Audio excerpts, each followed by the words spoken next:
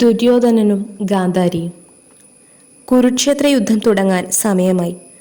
ആരോ പറഞ്ഞത് കേട്ട് ദുര്യോധനൻ മാതാവായ ഗാന്ധാരിയെ ചെന്നു കണ്ടു.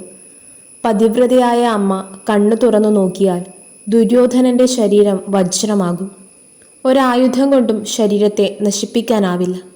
മകൻ അധർമ്മമാണ് ചെയ്യുന്നത് എന്നറിയാമായിട്ടും പുത്രസ്നേഹം കൊണ്ട് പറഞ്ഞു, നാളെ അതിരാവിലെ വസ്ത്രമില്ലാതെ നീ വരിക, ഞാൻ ഒരു പ്രാവശ്യം മാത്രം നോക്കാം. ഇത് കേട്ട് ദുര്യോധനന് സന്തോഷമായി. അതനുസരിച്ച് ദുര്യോധനൻ ഉടുതുണിയില്ലാതെ ഇരുട്ടത്ത് അതിരാവിലെ ഗാന്ധാരിയുടെ കൊട്ടാരത്തിലേക്ക് നടന്നു. വഴിയിൽ അവിചാരിതമായി കൃഷ്ണൻ തനിക്ക് അഭിമുഖമായി നിൽക്കുന്നത് കണ്ട് ലജ്ജിച്ചു.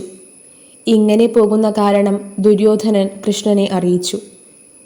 ശരീരം വജ്രമാക്കുന്നത് കൊള്ളാം, പക്ഷേ അമ്മയാണെങ്കിലും ഗാന്ധാരി സ്ത്രീയാണ്, നീ ഒരു പുരുഷനുമാണ്.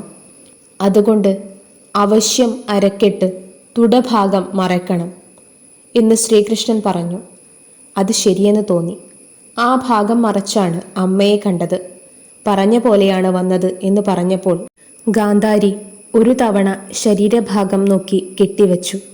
അരക്കെട്ടും തുടഭാഗവും വജ്രമായില്ല.